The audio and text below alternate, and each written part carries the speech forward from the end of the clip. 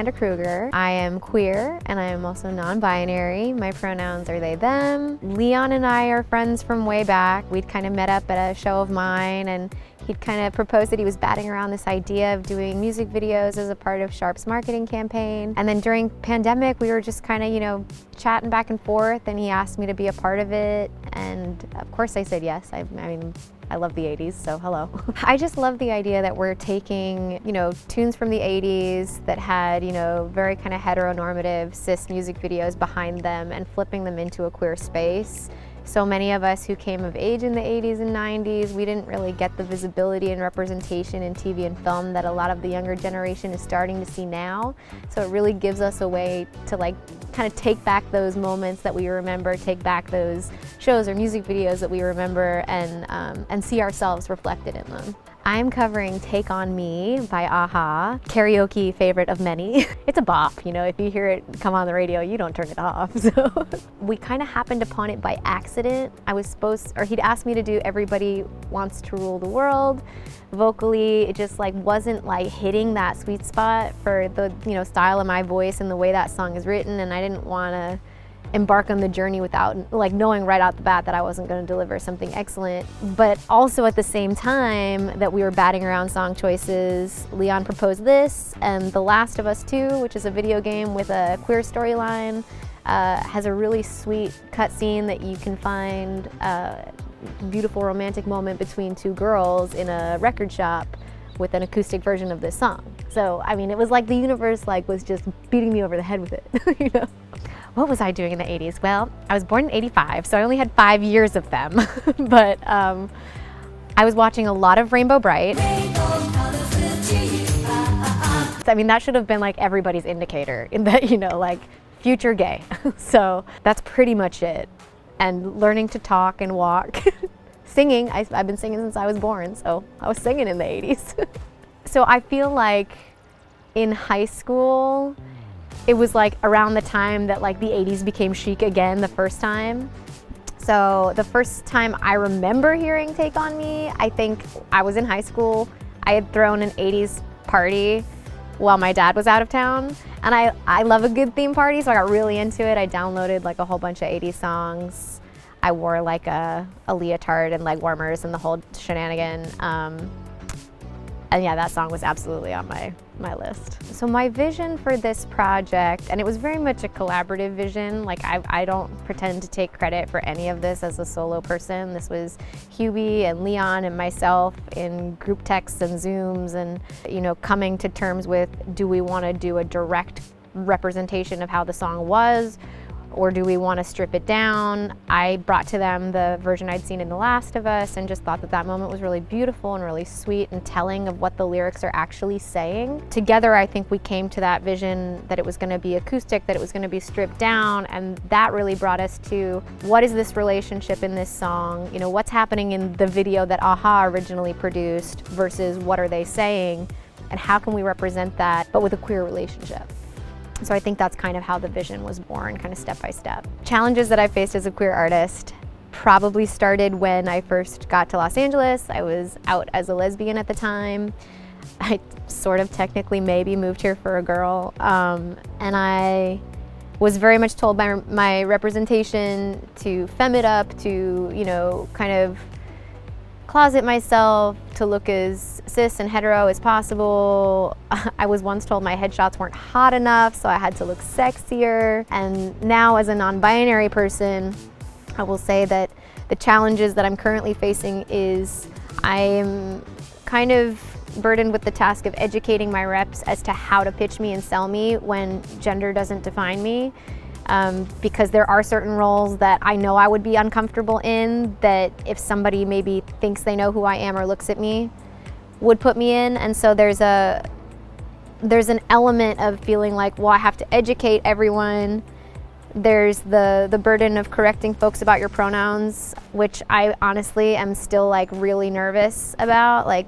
I'll usually just let people use whatever pronouns because I haven't fully allowed myself to take up that space yet. I have a lot of really great non-binary artists who are, supportive and whatnot in that department, who are more advanced than I am in their coming out process. But to go through that on top of like trying to work and trying to tell your reps who see things so black and white, as all folks do in Hollywood in some way, shape, or form, how to think outside the box is an absolutely big obstacle. I think artistically, I think I'm raw. I think I would describe myself as someone who's raw. I definitely have a perfectionistic side to me, but I think, you know, when I approach my art, I like to strip away the shininess of it. I like things that have kind of depth to them, and I like to kind of bring my own unpolished being to the work that I do. I think the perfectionism for me comes into like finding the truth of the work, and so I'll do it over and over and over and over again to make sure that we're getting to the truth, to make sure we're telling the truth. That was definitely a big part of recording the song. I know, you know, Hubie and I collaborated a lot digitally. We didn't ever get to really collaborate in person, but I would be in my booth. I have a home booth for a long period of time, just like doing it over and over and over, because it's hard when somebody isn't there with you in the studio to hear the emotion or hear the story you're trying to tell. So it was almost a good indicator. If I was getting to the truth, Hubie could hear it, and if he couldn't hear it, I didn't get there yet. So we had to go back and, you know, and keep going. So that was kind of, you know, very in alignment with how I see myself as an artist. Working with this creative team was a dream, like an absolute frickin' dream. You know, so much of what I just spoke about in terms of obstacles as a non-binary artist, as a queer person, so non-existent. And, you know, like I mentioned before, I still have quite a bit of apology when I bring myself to the table, because I recognize that, you know, thinking outside the binary is difficult for some people. I never once felt like I had to ask to be, you know, properly represented. I never felt like I wasn't being seen. I just felt like my being was honored, you know, that my story was honored, my identity was honored. I didn't once feel like I was being shoved into somebody else's story. I wasn't trying to portray a caricature of, you know, of a queer trope or anything like that. You know, that's kind of what you get, I guess, when you have, you know, diverse queer artists, you know, working together to create something. But just in general, you know, from director to, you know, folks who were lighting and DPing, cinematography, like the whole crew was just so willing to and good at holding space for all of us to be our full selves, if that makes sense. I have a lot of thoughts about True Colors United. I think the work that they're doing is insanely important. I think, you know, it's no secret that it is incredibly hard to be an LGBTQ person in this country. I think, you know, that's not changing as rapidly as I know I would like. I had a complicated coming out with my family when I came out as a lesbian, and I have not yet come out to them as non-binary. Yeah, that's something that keeps me up at night. It's that stressful. And so, you know, for young kids coming out, knowing themselves, it's life-saving to be able to declare yourself. And the fact that in order to declare yourself, young people have to come up against the possibility that they might lose their home and their family, and the thing that we're told from the time we're babies is the most important thing in your whole life. It takes a lot of unlearning to know that you still are valid, that you still are deserving of being on this planet and breathing air and living and being loved, even if the folks who gave you life don't accept you for who you are. So the fact that Cyndi Lauper's charity, that True Colors United, creates a space that creates love for kids who've had, you know, their family turn their back on them, I think is insanely, insanely important. Sarah Silverman says it really well in one of her interviews, where she says, people will always go to where the love is. I would prefer, as we all would, that be a safe space, that be a space that encourages growth and success and thriving and a happy and successful love-filled life. And I think that's what True Colors United does for kids, for sure. I love Cyndi Lauper, and I love the song True Colors, which is, you know, what the charity was named after.